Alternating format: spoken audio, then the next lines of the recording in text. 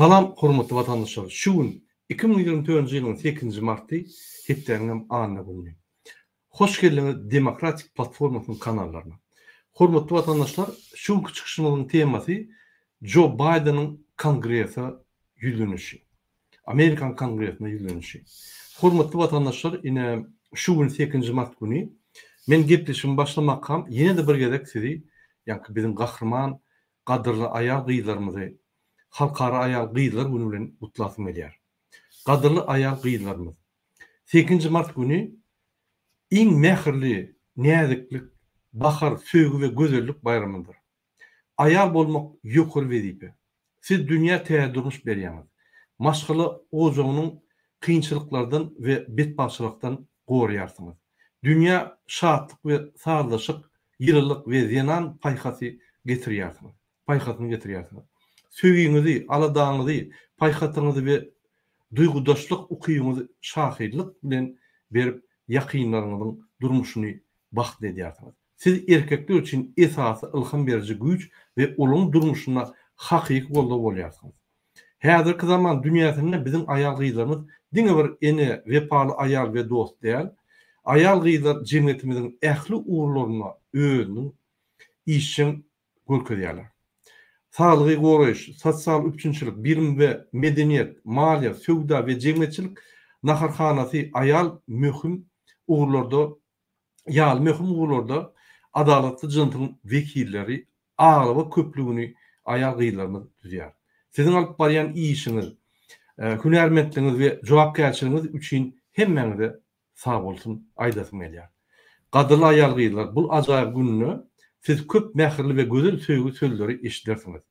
Siz şol hemme aýdyljak sözlere munasipsiňiz.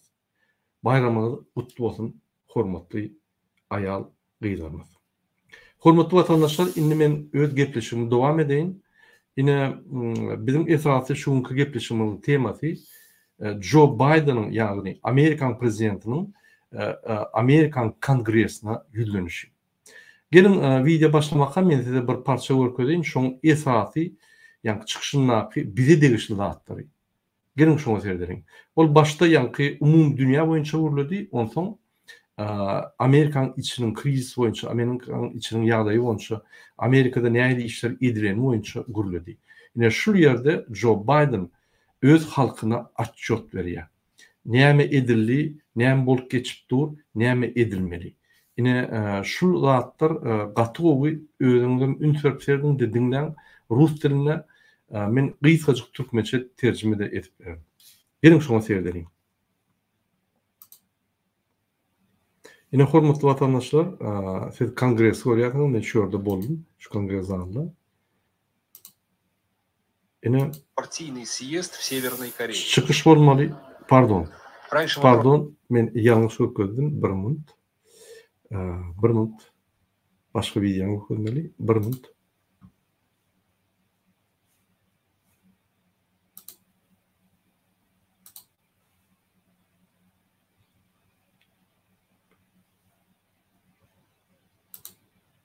Wow. Ine insert etseniz 1 minut. Этому широкий контакт с представителями западных демократий, а с другой удаляет его с политической арены Украины. Андрей, спасибо. Андрей Коротков, профессор университета Теннесси из Нэшвилла, был на связи с нами. Вот мы видим Джо Байдена, его теперь уже приветствуют и пригласили в зал. Давайте посмотрим непосредственно, как Джо Байден... Ünferin, Biden girenine, ýa-ni koridorda da adamlar diýenip, bulun произвольно, ýagny arqyn şekilde diýip, her kim bilen salmalyşyp giýip geçýär. Bir normal şekilde, ýagny adam şekilde. Заходит, с кем он будет здороваться, кто его будет приветствовать. Ну и, конечно же, дождемся начала речи Джо Байдена. Daşdöwrüne ahrana ýok, daşdöwrüne ýa-ni näme ýok, kongresiň içinde islenin adam ýanyna da barp biler, Sen adam gülüşümde. Байдена с синхронным русским переводом. Сразу после того, как выступит Джо Байден, мы, конечно же, обсудим эти заявления, сделанные президентом США. Ünferin her adam bilen yankı gürleşe, her adam o bırak bilye. Также с приглашенными экспертами «Голоса Америки». Оставайтесь с нами.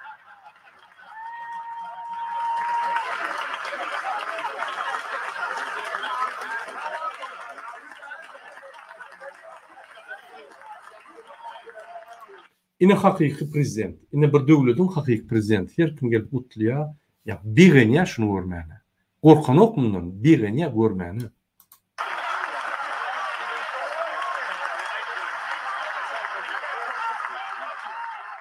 Her kim bilen aralyp maslahatlaşýar, gürleşýär.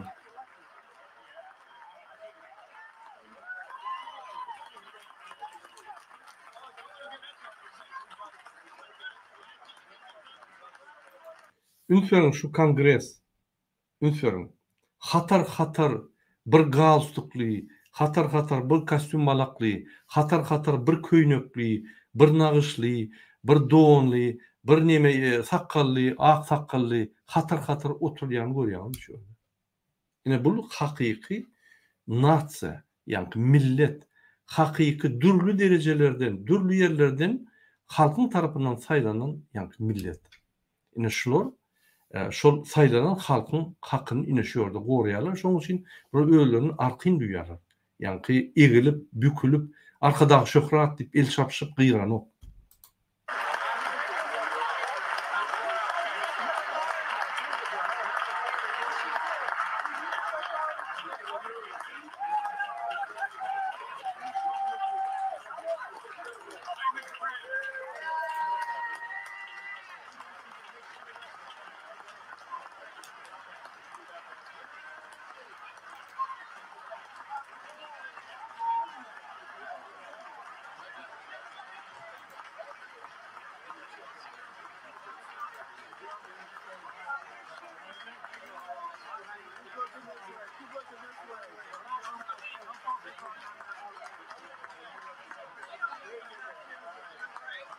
Ine İslendik partiýanyň wekili, jemgyýetiň wekili kongresdäki adamlar ýanyna baryp biler, gürleşip biler, toga biler, gutlap biler, hoş geldin diýip biler. Ýani o biziňki ýaly Türkmenistanyň ýaly bir öňe çykýar, ýani Gurbanow ýa Serdar hemmeden 1 kilometr daşyna el çapyşyp gyýryp bir özüne neden ok. Arkynçylykly, işenýär, ýani rabocha obstanovka diýilýär şu.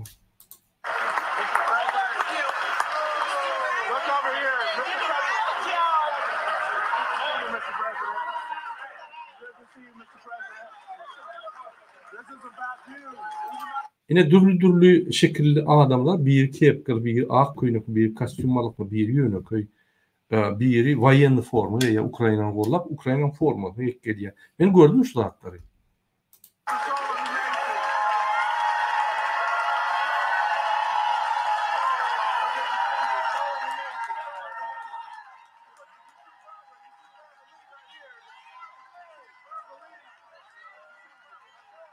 Hakiki millet şatlanýar. Hakiki görünýär, prezidentiň görünýär, goňýar we şatlanýar. Biz häzir Amerikanyň içiniň, ýani krizislaryň problematny kim Biden bolýar, kim Trump bolýar tapawut ýok. Şu günle şu prezident, şunu ýa kongresmenler gaty bolýar.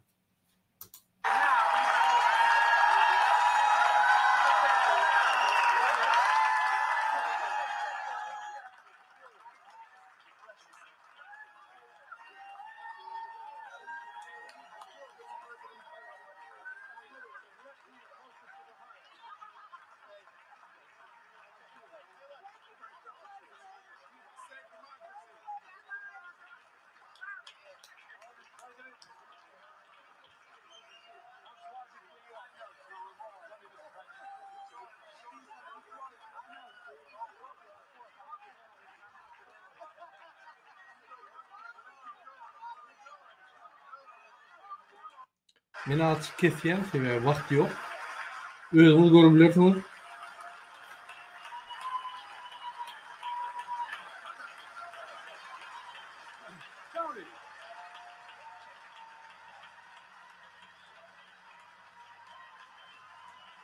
Ne şun aytjak sözleri bütün dünya için gatı wajyp, Türkmenistan için wajyp.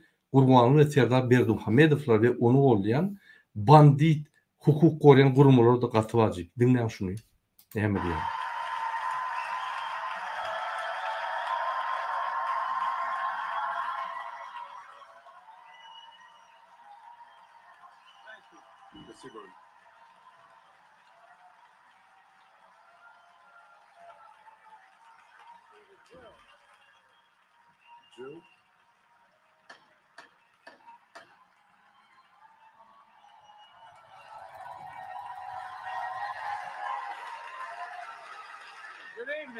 Добрый вечер. Добрый вечер. Если бы я был умным человеком, я бы сейчас ушел домой.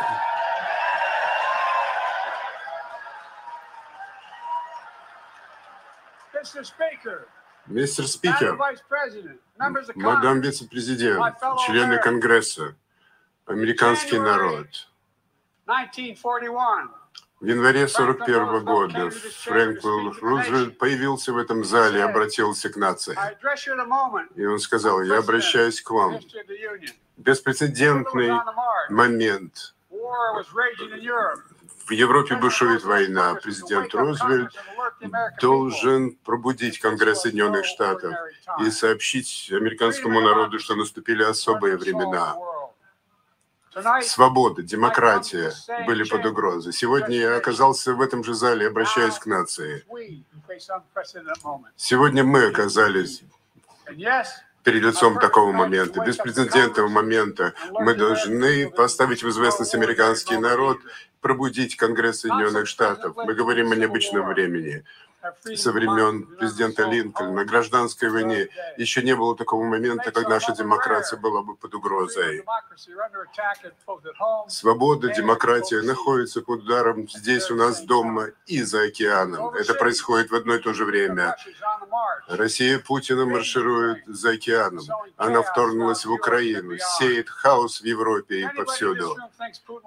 Если кто-нибудь думает, что Путин остановится в Украине, я вас уверяю, этого не произойдет.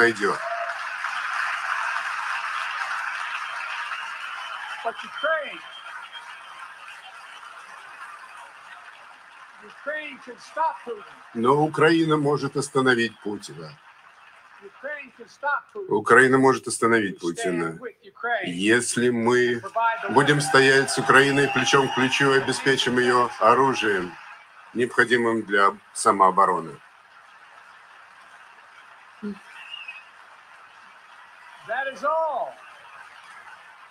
Ina haçanlatı diýäňiz Amerika beýle, ina Amerikan halky çözgüdalýar. Senatorlar, kongresmenler, prezident teklip berýär we şonuň barty çözgüdalýar. Haçanlatı Amerika beýle eýle diýýäňiz, ina Amerikan halky çözgüdalýar. Ukraina kömekdigi üçin. Kongresmenler, her bir kongresmen bir topar halkyň wekilleri. Şonuň sesleri bilen şu ses berip, ýani sesçilikde, ýani öz sesini berýär we şu halkyň tarapyndan sesler goýulýar, şol çözgütler alınýar. И это все, что просит Украина. Она не просит нас посылать американских солдат. Там нет американских солдат, и это так останется в будущем. Я не допущу этого. Помощь Украине в настоящее время блокирована теми, кто хотел бы оставить мировое лидерство Соединенных Штатов. Рональд Рейган еще недавно произнес: «Мистер Горбачев, снесите эту стену».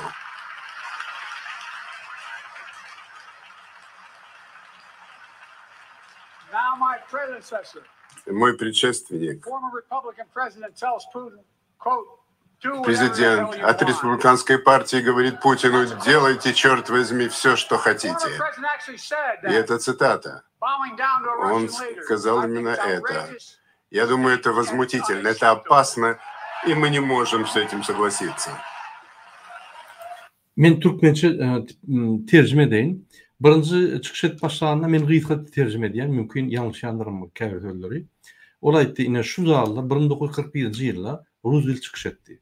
Çykyş edip yine bütün dünya hoppa faşistik Germanya yine Avrupa'nın basmına batıyor. Şul hop hem dünyaya yaraya bizim dünyada planetamın hopasını Amerika hükman kıynam olsa her vakti yali hem adamlar Amerikan adamlar öz koşup yani işler şol Avrupa'da faşistliklere görüşen adamlara kömek etmeli. Yani metal, buğday, maşin, uruşmak için yani her şeyi nemeleri uğratmalı ve Amerikan koşunu iyi verip bir faşist Germanya karşı görüşmeli. Tabi bu yani dünyadaki adamlara karşı bir güç biz bunu yengmeli deyip beyreki devletlerle koşup görüşmeli deyip ayttı diye. Benim şuun gelip size ayyan ya Putin yine bir taraf devleti çözdü yani öz başlık devleti çözdü. Yine şol Ukrayna çözümünün basıp alacak olup şu yerde durmadı Ukrayna'da fikir etmeyen kim şuraya fikir diyen olsa yanlış ya deyip aydiya. Yine sonki görünümüne de aydiya yine menden ön olan prezident mun niyeti Putin ne emetseniz Ukrayna veya Avrupa men işim yok ben Amerika bilen deyip bu katı ulu yanlışlık bu dünyanın hopu koymakluk deyip aydiya. Gelin yedindirmeyelim.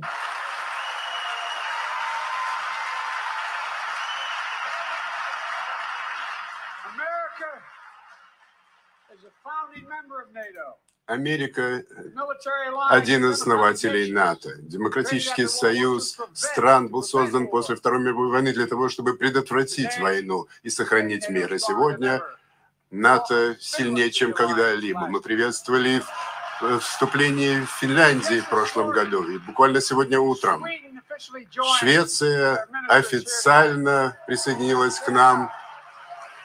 Ее руководитель присутствует сегодня здесь. Добро пожаловать. Добро пожаловать, добро пожаловать.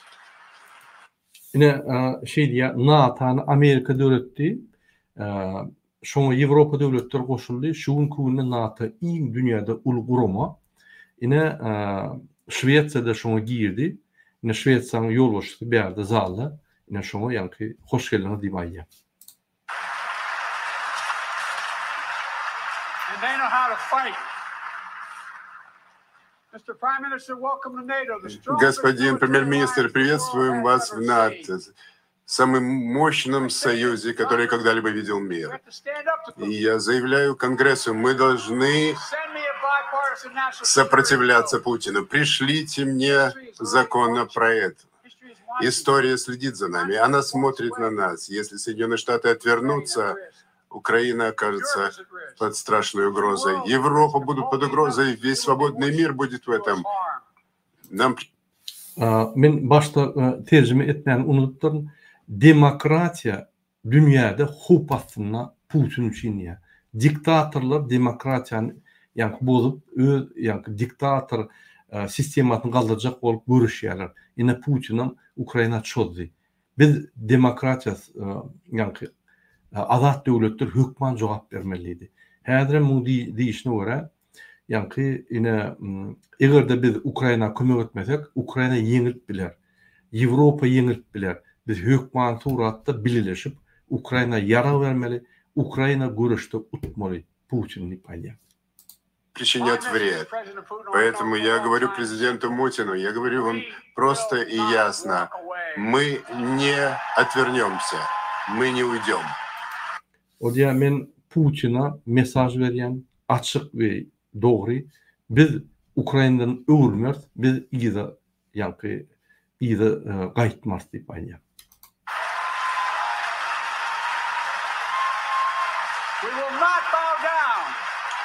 Мы не склоним головы. Biz kellämizi başlak etmez diýär. Я не склоню головы. Men kellem başlak etmem diýär.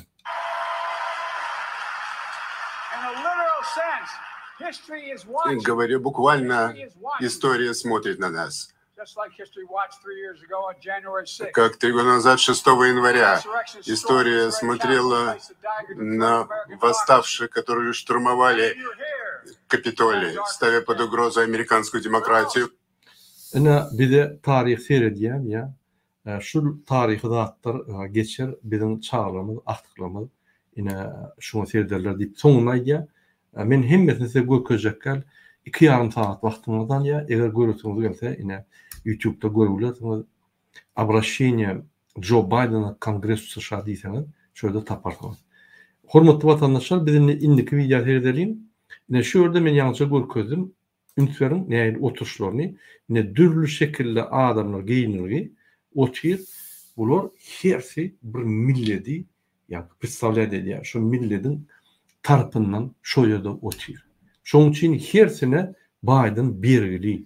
Yani hersinin sesi şu kongresmenin sesi yani gelecek sayılarda şunu yani tehir etmeliyor. Yani onun arkasında bir topar sayılamçılar dur. Şunun için bular birbirine hormat koyup birbirine bilen yani işleşip işini hormat koyuşup gürleşiyorlar. O Türkmenistan'ın prezidenti o gürleyenle yani dinlesen gülüyorsun geliyor. Öne munçalı gürleyen tankid edip onu yani gürleyen vuruttuk. Yani kurban olayım. İnne hada gürleşi açık uğraştı onu öngdağı dinlesen gülüyorsun geliyor. Men bir videolarda görkezdim şunu.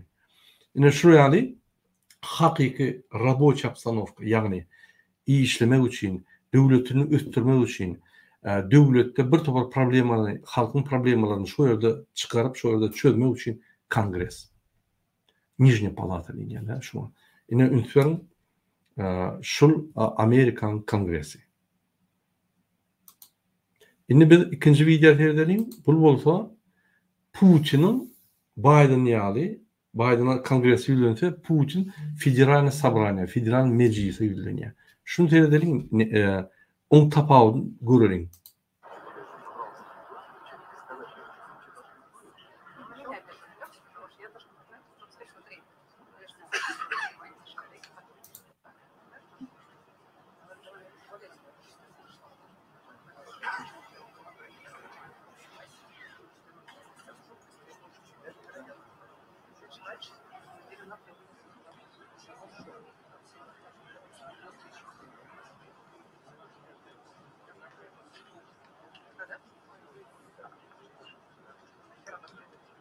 Президент Российской Федерации Владимир Владимирович Путин.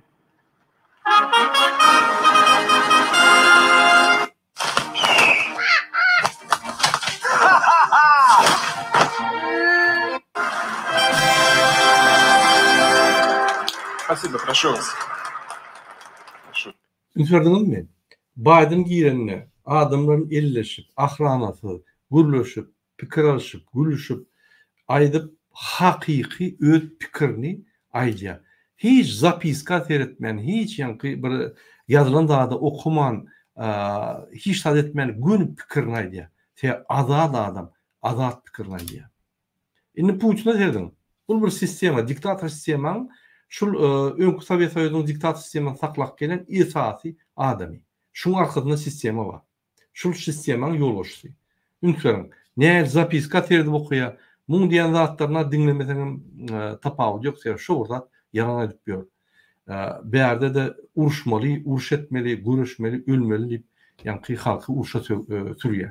O devleti kaldırmak oyun bilinlerle, yani basıp almak bilen. Yine ünsverin şu kadrlara. Şu adamın yanına barmağını korkuyor. Dvanyığını ver ya, özü korkuyor adamın yanına barmağını. Biden qarran olsa üstüne güleyen mi olsalar yani ki adamın yanına barıp gürleşip adet neme diye. Уважаемые сенаторы, депутаты Государственной Думы, уважаемые граждане России. Каждое послание Федеральному собранию – это прежде всего взгляд в будущее. И сегодня речь пойдет не только о наших ближайших планах, но и о стратегических задачах. О тех вопросах, решения которых, считаю, принципиально скромных сбережений. Повторю, такая помощь – рывность исторического развития. Gördünüz mü? Okap aydiya sebebi yolbaşı değil, bu politik değil, bu hiç vakit yolbaşı bulmadık. yani KNB'de yani Naz Bizapası'da işler adamın arkasına girdiğin işleri edip gören adam. Bunun prezidentliğim spetsoperatsiya. Bunun siyasetim spetsoperatsiya. Spesialna военная operatsiya, spetsoperatsiya onu öldürmek, spetsoperatsiya bunu kısmak, bunu şantaj etmek, başka yolları yok. Ne iktisadiyette kellesi yani işliyer, ne sosyal problematına, ne nemede aydın zadı yalan. Hem yalan aydık gelen zadını yani yıl ve yıl qaytalaya da terf ediyor. Yine Putin. Yine Gurbanov'un esası patronu şulardı. Yine çıkışını görürler sana onun nimeti yok. Yine bar çıkışta hemmeler sallat yazırdı otur. России, как они сами говорят, стратегическое поражение на поле боя. Şu aydiyan zadına normal zatlarım okavaya. Lütfen. Выбирают наиболее эффективные, как они думают, средства поражения. Заговорили о возможности отправки на Украину натовских военных контингентов.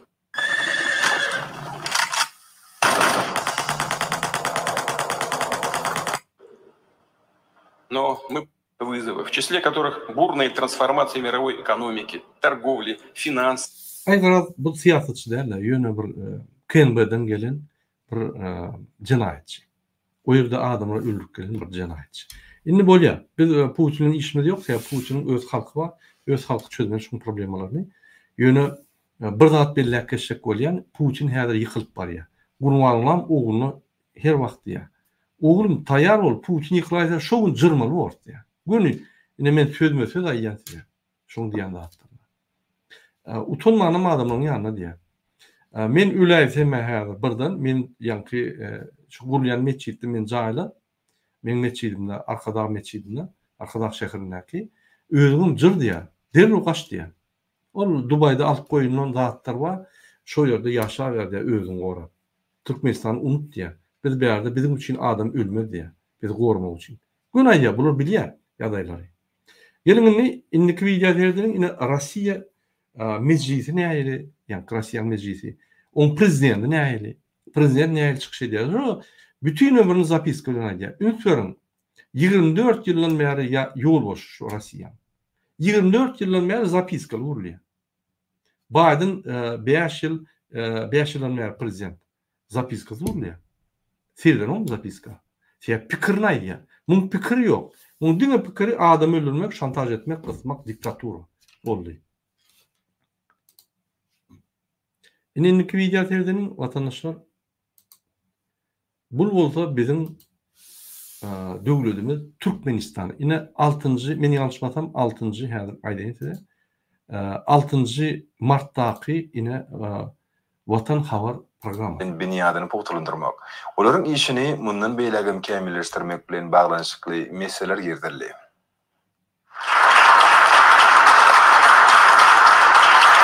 Gördüňizmi? Robocop ýanaklam robota öwürliýär. Bular bir bilemek gepleşigem ýok, adam ýok, pikir alşmagym ýok. Täne motoda ine şu prezident bolsa ýanaky kollegalar. Şulardan pulunu tutunma adam şul. Biz seslerimizi verdik şu aylık alya. Tutunma bizim tutunma adamı. Indi şu adam yani Serdar Berdimuhammed tutunma adam alya. Yani ministerler deydi, olur deydi, kabinet ministrinin ormantarları. Onun tutunma adamlar. Beylekam yani pulunu tutunma adamlar 3. katarda ministerleri diye 4. katarda ormantarlar, 5. katarda o departamentin yürüyüşleri, hakimler hem tutunma pulunu tutunma adamlar. Saylanan adam değil. Şu adamım saylanan adam değil. Bizim seslerimizi oğurlak gelen bandit. Ne söyledin? Neye yığınakları geçiyor? Bunun yıllarını öğrenemem mi? Yılgırçık bağ mı? Ya gözüllük bağ mı? Ya mehirlik bağ mı? Ya söygülük bağ mı? Ya pikirlik bağ mı? Hiç tat yok. Boş korku. Biz halkımıza korkuk diyez. O bizim yugur boşlarımız korkuk. Bizim prezidentimiz korkuk. Putin'den yani korkup yatıyor. Gurbanın hem de attan korkup yatıyor. Bizde hem de at korkuk. Yani diktatura. Bizde azat fikir yok, azat fikir alış yok. Azat yani ideyanı alıp gürlemek yok. Qadağan. O zaman şu devlet näme östün? Elbette Amerika ösýär. Eşdin ýa-ni Biden'ın çıkışını gowy edip eşdin gaty güýçli zatlar aýtdy. Biden Amerikanyň östürýär, tehnologiýalary ýygyna getirip Amerikada hemme производствоны kaldyrjak bolupdy. Serin bular. Şur näme derler? Ýa-ni ol hiç zat bilmeýän Serdar bir zat diýse howa bilen ýa ýoğum diýmenden şunu. Hormatly Türkmenistanyň Döwlet Howpsuzlyk Geňeşi. Hormatly Türkmenistan Döwlet Howpsuzlyk Geňeşiniň ýolbaşçylary. Bul haçan görsen Howpsuzlyk Geňeşiniň ýolbaşçylary bilen ýa giýje ünni ýygnaklar geçýär. Inanyň Zelenski şu real ýygnaklar geçer no. Uruş edip duran döwlet. Afganistan beýle ýygnaklar geçer no. Iran beýle ýygnaklar geçer no. Bul bolsa aldygyna ýygnak geçirýär. Uruş barmy bu ýaly? Bar zat ine Murat Ural çıkış edýär. Diýip çıkış edýär, akydapar çıkış edýär. Ine bar uruş şunordan gorkup döwleti goramaly, bizi goramaly, hukuk gorayan gurumlar ýa-ni howpsuzlyk geňeşini geçirip bar edip. Bunu balagyny doldurup berýär. Biz bolsa bulardan gorkýar. Ning agdarlary. Şuň biz Hormatly ýa-ni Howpsuzlyk Geňeşiniň wekilleri diýenler, bularym ýatdy şonu. Hormatly Howpsuzlyk Geňeşiniň wekilleri diýip ýatdy. Şol ýaly masalçylyk. Üntüňiň hormatly Türkmenistanyň Döwlet Howpsuzlyk Geňeşiniň agdarlary. Şuň biz Türkmen näme ýaly?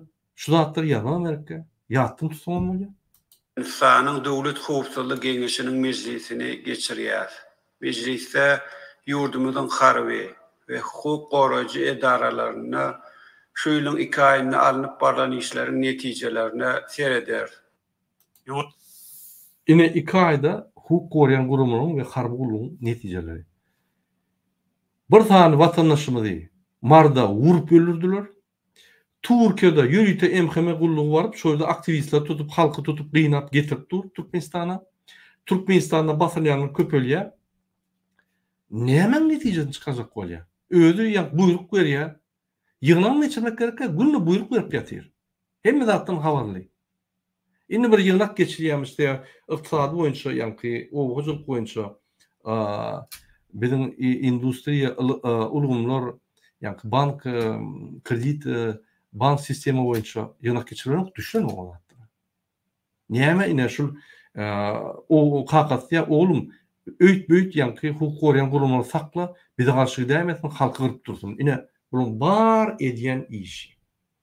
Türkmenistan ösürmi ösmänmi? Aýdyňyndy. Şol hukuk goraýjy gurumlaryň wekillerini aýdýan. Ofisiýerlere, siz Türkmenistan nire getirdiniz? Siz Türkmenistan şu derece getiren sizler şol.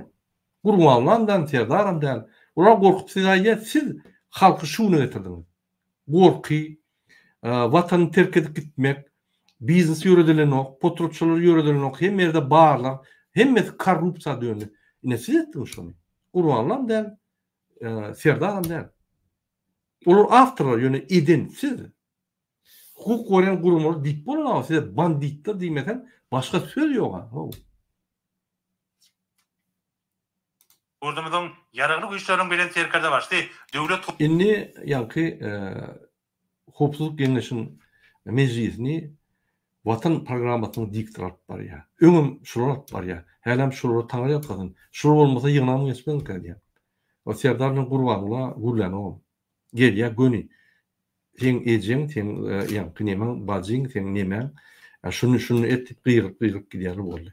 Başda ýa-ni telewizyon üçin bir kan scena alýarlar da soň başgaça. Şondan gorkýarlar şulardan. Ine şunu ýaly altyna meclis geçdi. Gelin seýerleriň mümkin şu bir günler, ýa bir gün serdar gahalar mümkin bir gün şeýle özüne alyp barandyr. Beýle kunlar beýle därler. Hani seýerleriň näme bolýar beýle kunlar? Ine 7-si Ministerlik Kabinetiniň nowatdaky meclisine geçirdi. Onu döwlet durmuşynyň ileri tutulýan meselelerine garady. San tehnologiyası. Ya şu san tehnologiya diýende internet nirede serdar diýip şonu soran. Nirede internet? Siz fan teknologiýany diýäňiz. Han internet diýip soran şunu.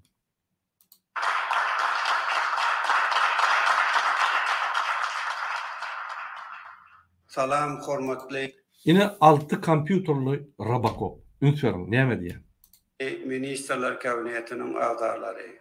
Şoň bir ministerler kabinetinin sany uly markaly nowatdaky Ünsörüň. Salam, hormatly kabinet ministerliğinin vekilleri. Hemmesi ýalypdy. Salam, hormatly kabinet ministerliğinin vekilleri. Şu gün şonam ýatyp oturýar. Şular Türkmenistan'ı öňe gitjek? Ya şu mi? Yani Robocop 6 kompýuterli Türkmenistan'ı öňe gitjek mi? Men näçe şu zatları size düşünürýän? Özüňizi anlamaň. Bular sizi anlaýar. Ýöne siz özüňizi anlamaň. Watandaşlar, bular Türkmenistan näl? Bular bir bandit maşgala topory.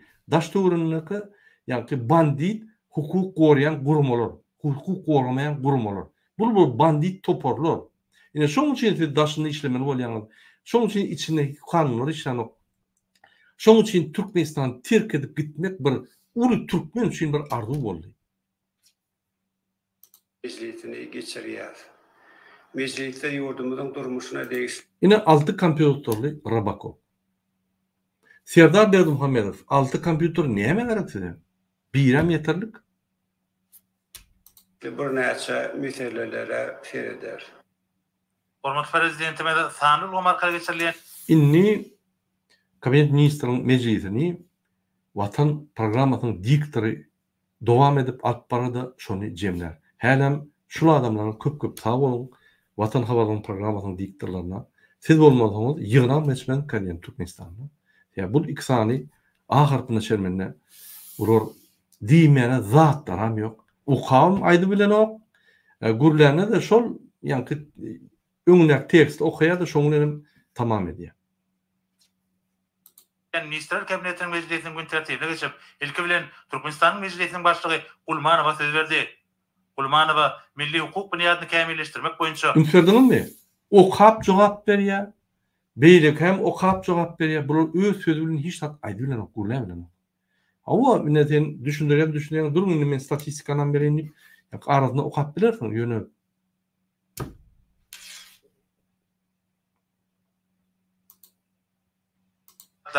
Aslan hyzmatdaşy guramasynyň parlament bilen şeýali adyk öňlerini öndürýän paýdalar jemgyýetlerini kämilleşdirmek we ine şoňa ýygnak diýilýär.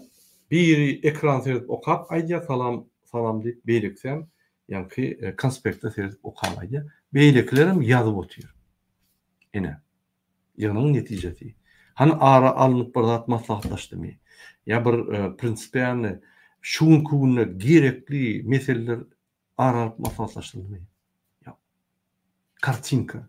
Size Türkmen halkyny anlamak üçin kartinka. Prezident ba kabinet ministri geçýär, ine biz sizin meseleňizi söýýär, hiç zat çözülmez. Guramaçylyk hukuk görnüşlerini özgertmek maksady bilen degişi işler amala aşyrýar. Şunun bilen baglanykda döwlet başlarymyzda şeş toplamına barýan awtomobil ýolunyň Aýgara görseň görünmeli şu birdat, şu Watan programmasynyň diktory alyp barýar meclisi şoňdan gutarýar şu. Inniki video seyredeli Türkmenistana düşünükli. Inni Demokrat Koreýanyň videosuna seyredeli. Şu ýerde meclisde näme geçýär? Türkmenistanyň meclisine meňdiýärmi? Amerika meňdiýärmi? Ya Rossiýa meňdiýärmi diýip görülşüni. Просто видели кадры со съезда, а сейчас мы буквально можем почувствовать всеохватывающее массовое политическое поклонение вождю.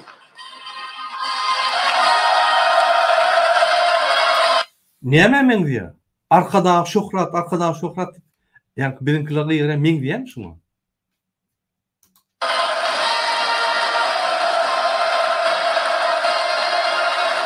И всего в нескольких рядах от нас Ким Чен Ын.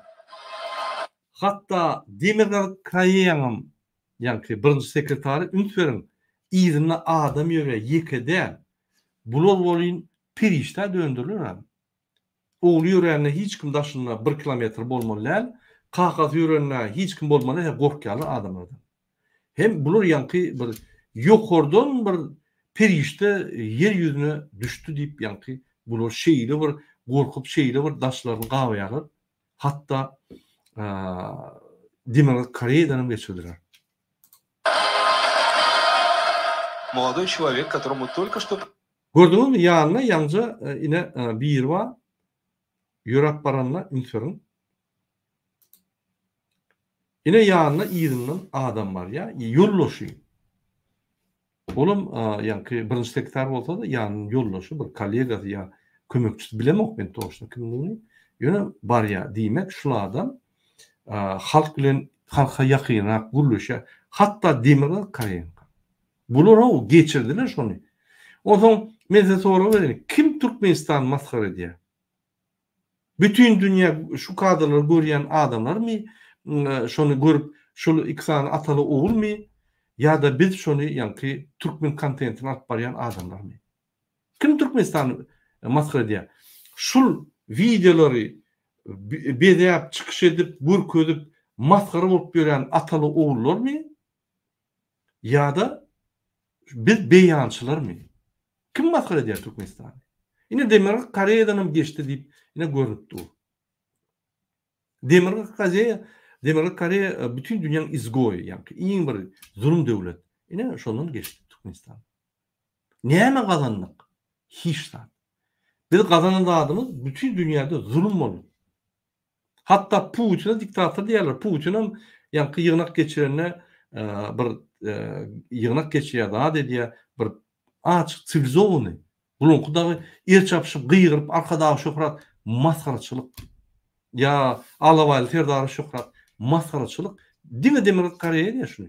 Ve Türkmenistan'a diye. Rusya'da den ok. Özbekistan'a den ok. Kazakistan'a, Kırgızistan'a hiç kime den ok şunu.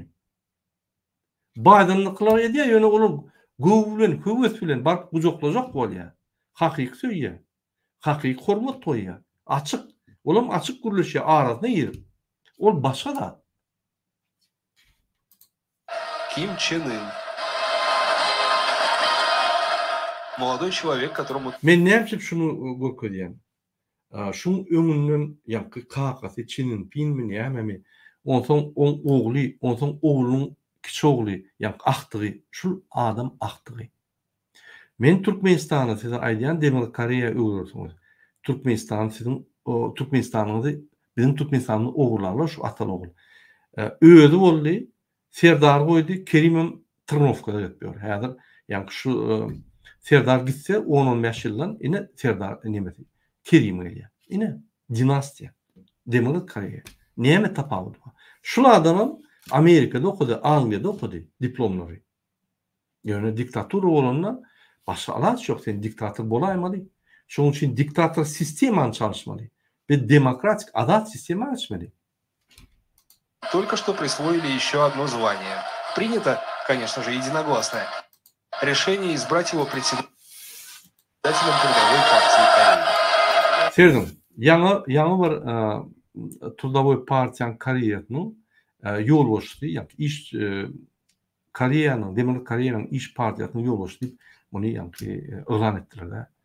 Ine şoň häzir gutlaýarlar adamlar, ünsüň arkasynda adamlar bar, öňünde adamlar bar. Ýöne Serdar Gurbanly Berdimuhammedow çykyş edende hiç kim ýok arkasynda. Öýleri. Ünsüň halkam ýok şoň arkasynda. Hiç wagtdan duran ok. Öýleri arkasynda diňe Putin bar, onuň gizlin. Başga adam ýok. Şurada boş. Şurada saýlaw setler hem ýok şoň. Bizim setlerimiz oğurlap ýetipýärler, banditler. It's an extraordinary sight, the highest political gathering. Это удивительное зрелище. Высший орган власти одного из самых тоталитарных режимов в мире. И вот на сцене высший лидер страны, которая давно опровергла... Ünsüň ine bir Demokrat Koreýa diýär. Berde bir partiýa bar, partiýanyň wekiller bar, wekiliniň içinde ine ol deň bir riýatda otyr beýlekler bilen şoň diktator diýär. Biz şolardan geçipdik. Bizde ýanyna hiç kim ýok, ýanyna oturan ýok, ýoldaşlary ýok. Kabinet ministri gelinne, ýa olar durup ýarýarlar. Bu bolsa oturup gurulýar. Utanman. Şo niýazyny goýup giden gylyklaryny bular edýärler. Ine şu ýaly deňeşdirme hormatly watandaşlar görjek bolsaňyz, onu görülersiňiz. Ine şu ýaly videolar bar. Mesele görkezdim. Şimdi biz öz çıkışımıza devam edelim. Yine hormatly vatandaşlar, asırlar boyu hemme Türkmenlerin arzu edip gelen devlet Türkmenistan kurulmadı. Men näme çıktı diyen Türkmenistan yok. Türkmenistan devleti yok. Ünüklerin 91-nji ýylda çeli Türkmenske SSR vardı. Ol bir Sovet Soýuzynyň Sosialist Respublikasy. Yani Sovet Soýuzyna bagly, Moskwa bagly bir döwlet bardy. Onu Türkmenistan Sovet Sosialist Respublikasy diýilýär. 91-nji ýylda bizde bir şans bardy. Ol şansın, yani Sovet Soýuzy özünden ýykyldy, ýokardan asmandan bize azatlyk gaçdy. Ne şu şansda egerde bizim arasy adamlarymız öňe çykan bolsa, Niyazow däl, bir arasy hakyky göwünü bilen Türkmenistany döwletini galdyrmak, Türkmenistany öňe sürmek, Türkmenistanyň ýa-ni halkyny östürmek üçin adam galan bolsa, Aýgysy Tabaýew ýaly, ine şu ýaly adamlar gelen bolsa, biz başga Türkmenistanda ýaşardyk. Üsün, öňe gidiji, teknologiýalar, biz daha Avrupada, Amerikada intemedik, Türkiye'de, Rusya'da biz barımız Türkmenistan'da olurduk. Daşna dibe çağırcıklar bilen gezmeni giderdik. Bolmadı. Şoň Niyazow geldi, derrüw gördü, 80-nji ýylda Garkomuň başlygy boldy, ondan Çyka Kompartiýanyň başlygy boldy, ondan ýokary Sowetiň başlygy boldy. Derrüw bul 91-nji ýylda birinji saýlawga geçirip, ýeke tek kandidatly prezident saýlawga geçirip basyp aldy Türkmenistany. Türkmenistan basyp aldy. Derrüw ýa-ni konstitusiýany ütkötdi, özüne göre etdi şonu. Ömürlük prezident etdi. İkinci saýlawram ýa-ni 92-nji ýylda geçirdi. Ýeke tek kandidat. Ona utdy. Geň görämeli. Ýeke tek kandidat saýlawga geçirip utdy. 99% ses aldy. Bize men barym Türkmenistanda baramdym şoňa. Gomşularymdan baranok, hiç kim baranok. Diňe ol garry ýa-ni ýaşlylar bardy, köne kommunistler. Onuň alyp bardylar, çekdiler, ýaşlylar baran olmuş o. Gatylsa 40% adam barandyr. 99% adam geldi, ses berdi, Niyazow diýip ýa-ni başga kandidat adam ýok da ses berdi ýani. Şey dip aldy da onuň inniki nemede ýygnakda halk maslahat döredip, konstitusiýanyň üstüne bir organizm döredip, halk maslahaty şoň üstü bilen hemme kanunlar çalışyp, hemme datlar bildirilýär etdi. Oýam yani Pampersy ýaşyny getirip ulurum ağlap, wahow 5 edek sen geroy bolup 6-njy edek ahyrman medalam alaýda diýip aýagyna ýykylyp nemedip olum ýa-ni ýaş 18 ýaşly ýaly. Ay ýok, maňa köp bolýar, men egini göterenok 5 tan medal diýip ýa bir santyk bir zat.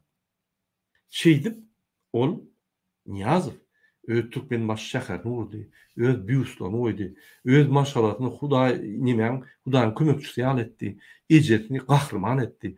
Ol teknikada uborçsy bolup, ýa-ni biheppe hereketleri eden aýaly gahrman etdi. Kakatyny gahrman etdi. Urşa gitmedi adamy, ol nemede Volgograddan çäge getirip onu gahrman etdi. O ýerde birinji hatarda söwüşdi. Bizim näçe geroýlarymyz bar, näçe gahrmanlarymyz bar. A tutulýan eller. Jandan berip ölüp geldiler. Ölenler köp. Gahrman bolup medallar, Sovet Soýuzy medallarny alyp gelenler bar. Şo ýyllar gahrman bolup gelenler bar. Ol prezident bolýan atasyny bir ýerden getiren kişi bolup, ona medal berip, onu gahrman eden oklar. Wagtynda ölüp uruşup gahrman nemsler ýen gahrman bolup gelenler bar. Onu eden ok. Bizim atalarımız 5 ýerinden ok diýip, ýa-ni gölgürler zordan gelip, ine şu ýaly gahrmanlar bardy. Şu ýaly bir adam gelip, özüne Niyazow gelip, özüne Türkmen başy lakamy goýup, bandit, Türkmenistany, öz bandit Türkmenistanyna geçirdi. Öz Türkmenistanyny öwürdi. Bizim Türkmenistanymyz däl ol. Biz diňe şoňa baglyk. Şol ýa-ni demalma diýsen demalma, hiç etme diýsen hiç etme. Meclis, parlament, o zatlar diňe ýa kartinkady, ýyzy boş. Diňe şoň gepi bilen görülýärdi. Kanun bozmalymy? Diýse bozulýar. Neden çıktı şu gurunlar? Dil görkezmesi, ýaşynyň görkezmesi. Ýaşynyň kim o sen? Sen ýaşly üçin işleýän, ýaşly üçin doguldyň. Ol bir tutunuma puluna tutunma yankı bir kandidat vaqtayınça. Ine şol vaqtayınça tutunma, puluna tutunma kandidat gelip prezident bolup bütün ad basıp alıp gelip Türkmenistan'ı özünükü diye. Ine niyaz etti. Hemme de şonky. Hatta Türkmenistan'ın TV ayaklardan gelen pullarım diğer şoň diýişini şoldun oldu. Men habarı şol atladım.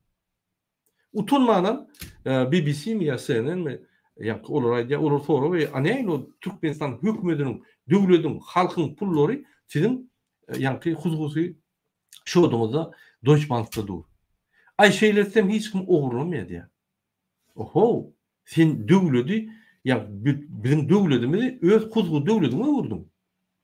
Ine Niyazov Türkmenistan'ı intek doğulmadık, intek bitmedik, intek bir goşak yankı güç almadık Türkmenistan'ı öz hususy Türkmenistan'ı vurdu. Ünitverim onu bant toporu bilen Gurbanguly öldürüp basıp alıp Türkmenistan'ı inni Gurbanguly Türkmenistan'ı vurdu. Arkada adnalı lakam Türkmenmaşyaly arkada şäherini vurdu. Olar Türkmenmaşda gurulmazda daş yerde bul hakit yani Aşgabat'ın eteğini etti. Gojada. Hemme de basıp alıp maşgala bandit toporu Türkmenistan dol basıp alıp. Inanın Türkmenistan'ın konstitusiýasy boýunça hemmelerden yankı ol Şammy pammy ýallar barıp emhemen böktürüp tas etdirip bilýär. Şammy barıp İçeri minister daşa çıkarıp yani meydançada fasat meydançadına, ezat meydançadına şarpı uğraya şirketine. Men aydanım edem okuyup. Olum qaytarı ver ya. Gayrat etdi men yani işgärlerim yanına uğramadı meni. On bar diýilen daha şol. Şoň üçin men ýa hususy Türkmenistan. Şol hususy Türkmenistan bir maşalaň Türkmenistany şuň neçeli gelip. Şunam bitirýän, şolu hususlaşdyryp kömek edýän kim? Muallimler, direktorlar saýlaw geçirýänler, konstitusiýon suwunyň ýanky ýolbaşçysy, saýlaw geçirýän ýanky edaran guramaň ýolbaşçysy, hemme işgäri, polisiň hemme işgäri şolu şun geçirýär şoň. Halk eden o. Şolar halka ýol bermän, ýanky hususlaşdyrýar gurbanlygy. Men şoň üçin size aýdýan. Hemme danyň günäkary hukuk bozyan organlar, bandit toporu. Siz Türkmenistan şuun etdiniz. Türkmen halkı değil. Türkmen halkı Türkmenistan'ı kaçıp başladı sizden. Şunun için bizim Türkmenistan'ımız yok, Türkmenistan döwleti yok. Bir maşgalan Türkmenistan'ı var. Etçeri içinde nämetse şol ýörýär, ine şu Türkmenistan var. Inni vatana gerek kalanlar. Bizim vatanımız yok. Mesela aýdyn. Bizim vatanımız vardı 91-nji ýyla Ondan vatan yok. Biz vatan diýip dogulýar, o bizim fantaziýamyzda. Vatan yok. Vatan bolan bolsa biz terk edip gitmerdik. Oturup ölüşürdik, kırılışırdık, alardık haklarymyzy. Alamyz o. Biz vatan diýip Türkmenistan diýip gurulýar, ýöne bizim fantaziýamyzda. Hakykatdan hem eger dogruda da sersek bizim Türkmenistanymyz yok. Berdimuhamedowlaryň Türkmenistany var. Bir maşalaň Türkmenistany var. Şolun vatanı var. Şolun Türkmenistan'la biz internetsiz kör. Türkmenistan'ın manadı yok, hümmedi yok. Dine Qarabağlarda hümmedi var. Türkmenistan'ın kanunu işlerini, korrupsiya 100%. Türkmenistan'ın hükümetine işleyen çinovnikler en ervet hapa adamlar. Han Türkmenistan? Türkmenistan'ın döwlet kuruş sisteması yok. Bozuk. Türkmenistan bolanlar halkı olmalı.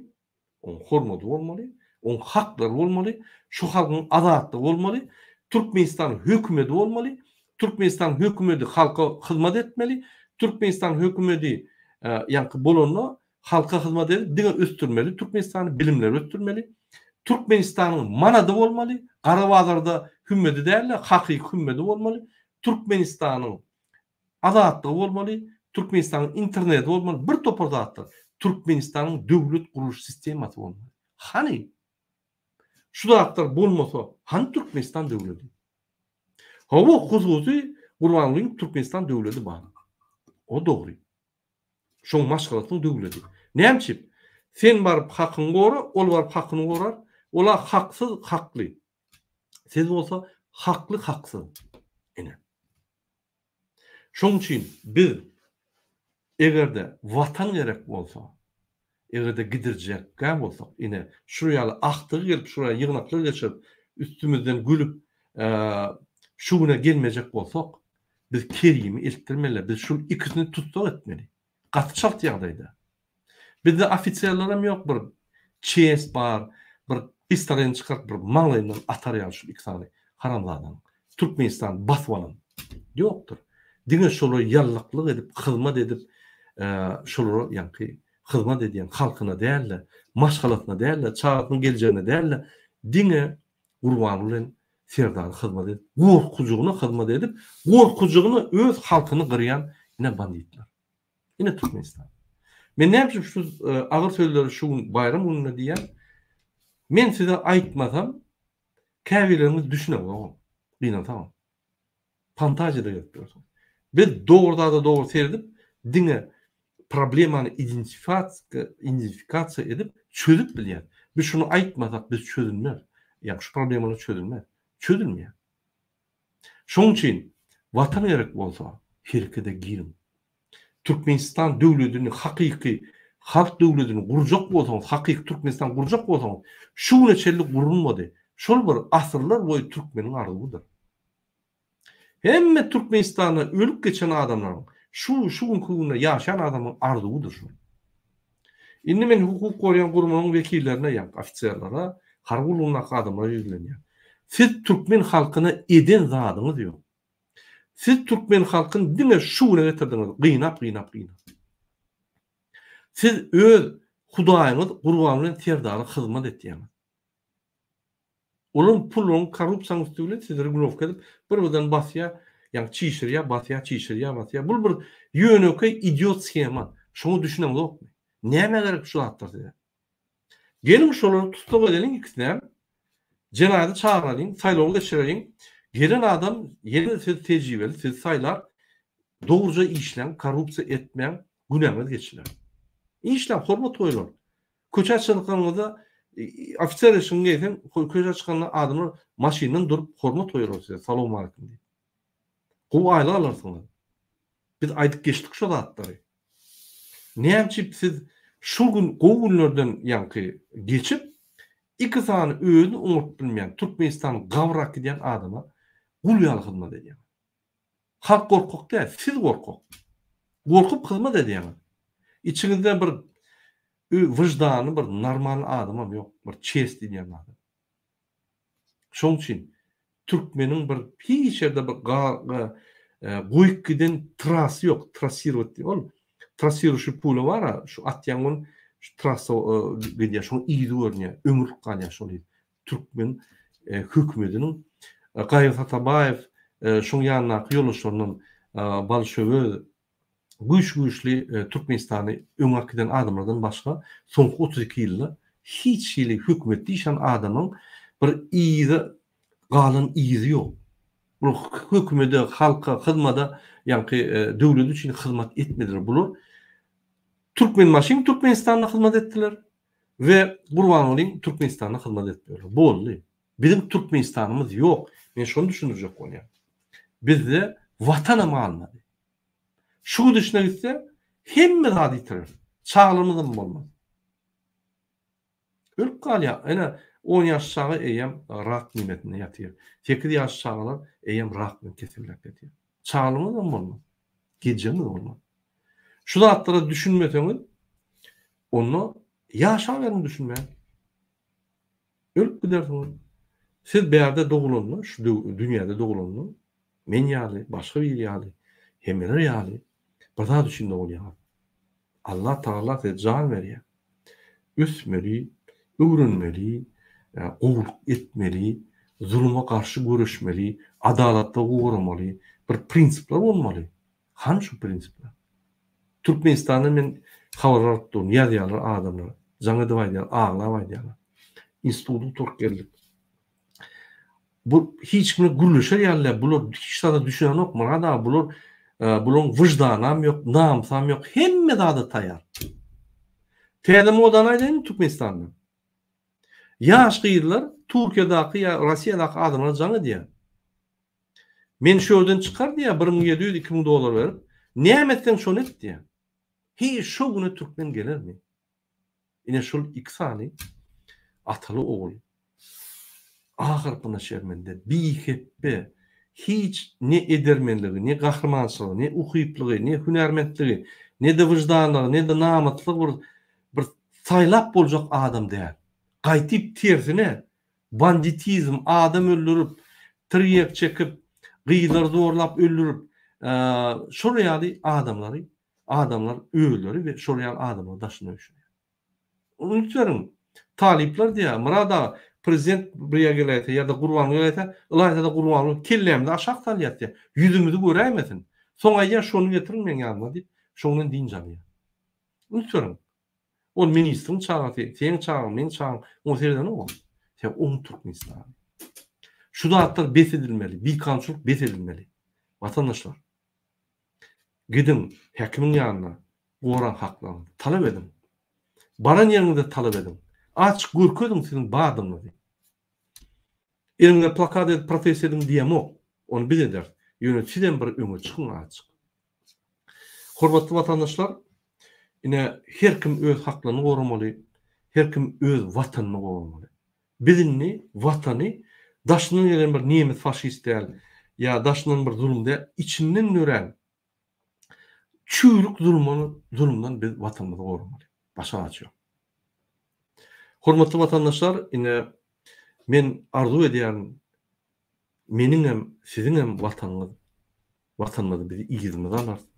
Biz hakyky birlik döwletler ýaly azat Türkmenistany gurarys we bütün ömrümizde biz şonu gorak geleriz. Bizim çağlarımız şu Türkmenistan'a gorak gelir. Bizim aktıklarımız, çoğuluklarımız Türkmenistan'ın azatyny ve Türkmenistan döwletini gorak gelir.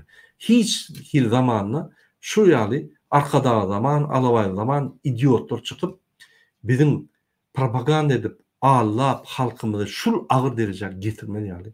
Biz şonu gorak durmaly. Hiç zat öz-özünden bolanok. Hiç zat öz-özünden ýa düzülenok. Şonu bir wagt etmese, düzeltmese, umurmasa düzelmeýär.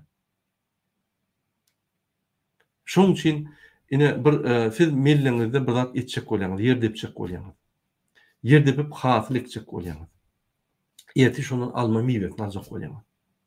Siz şonu ýerini depmeseňiz, ýa-ki bu doýjugyny goýmasaňyz, almada ösmeli. Karışıp dursan hiç da karışmalı. Bolmaýar. Şoň üçin biz şonu etmesek, şol ösme alma miwe gelmeýär. Bize alma miwesi ýa-ki elimize gelmeýär. Ağaç ýok. Miwe bolar ýaly. Ekilmedi. Yer depiler ýaly. Hiç zat ýok. Şoň üçin biz şonu etmesek, arzular gelmeýär.